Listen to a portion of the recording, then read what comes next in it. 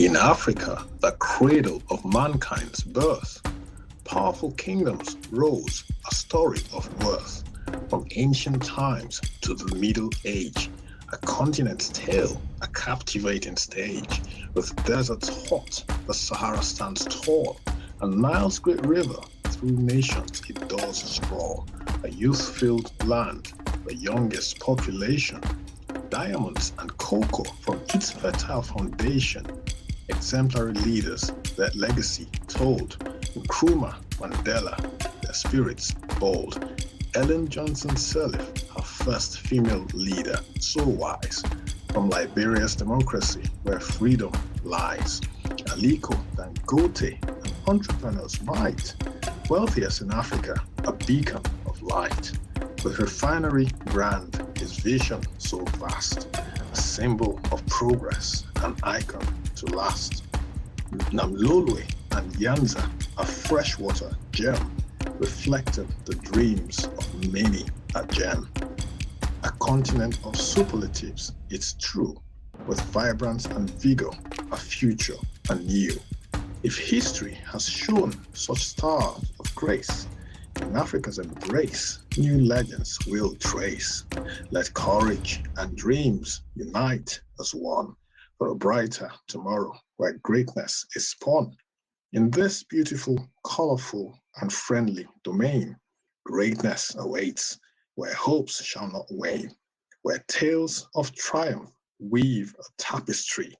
Welcome to Today in African History.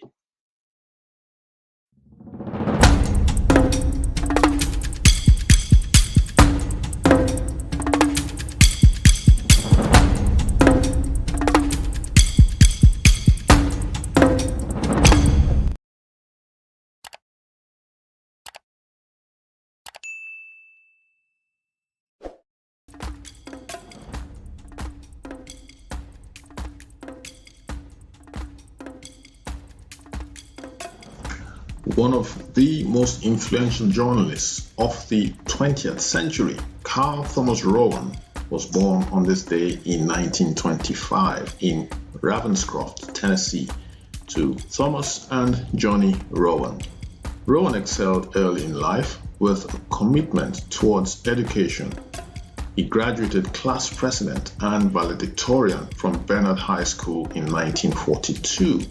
His journalism career began as a writer for African American newspapers, a Minneapolis spokesman, and St. Paul Recorder. His journalism journey carried him to the Minneapolis Tribune, where he worked as a copywriter and staff writer covering the civil rights movement. Rowan moved into the political aisles of government after President John F. Kennedy appointed him as the first African American Deputy Assistant Secretary of State in 1961. He also served as a delegate to the United Nations in the midst of the Cuban Missile Crisis, U.S. Ambassador to Finland, and in 1964, President Lyndon B. Johnson appointed him the first African American Director of the United States Information Agency. Rowan is most remembered by many for his editorials and syndicated columns in over 100 newspapers across the country. He was a syndicated columnist from 1966 to 1998 for the Chicago Sun-Times. Rowan was also known for his weekly radio commentaries with the Westinghouse Broadcasting Company. He died on September 23, 2000 in Washington, D.C. at the age of 75. Rowan was survived by his wife Vivian, 2 sons, and a daughter. Also on this day, the Battle of Waterberg, also called Battle of Ohamakari, took place in 1904 on this day. At the Waterberg, German Southwest Africa, modern-day Namibia, and was the decisive battle of the German campaign against the Herero. From the opening of the Herero Revolt in January 1904 until June 11, 1904, the German military effort had been directed by colonial governor Colonel Theodore Leutwein. Leutwein combined a policy of military pressure with communication with the Herero to negotiate a settlement to the hostilities. The Germans achieved moderate military success in a series of skirmishes before cornering the Herero at the Waterberg Plateau. However, the Kaiserreich replaced Leutwein with Lieutenant General Lothar von Trotha, expecting Trotha to end the revolt with a decisive military victory. The Waterberg Plateau, where the Herero concentrated, lay 100 kilometers east of the railhead source of German supplies. So Trotha spent nearly 3 months, June, July, and part of August, transporting troops and supplies by ox-drawn carts to the site of the expected battle. So the Battle of Waterberg took place on this day in 1904 in Namibia, what was then known as German Southwest Africa. Last but not least, this man pictured here, his name is Alexander Murray Palmer Haley, born August 11, 1921.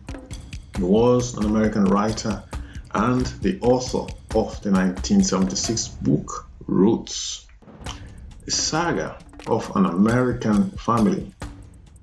ABC adapted the book as a television miniseries of the same name and aired it in 1977 to a record-breaking audience of 130 million viewers. In the United States, the book and miniseries raised the public awareness of Black American history and inspired a broad interest in genealogy and family history.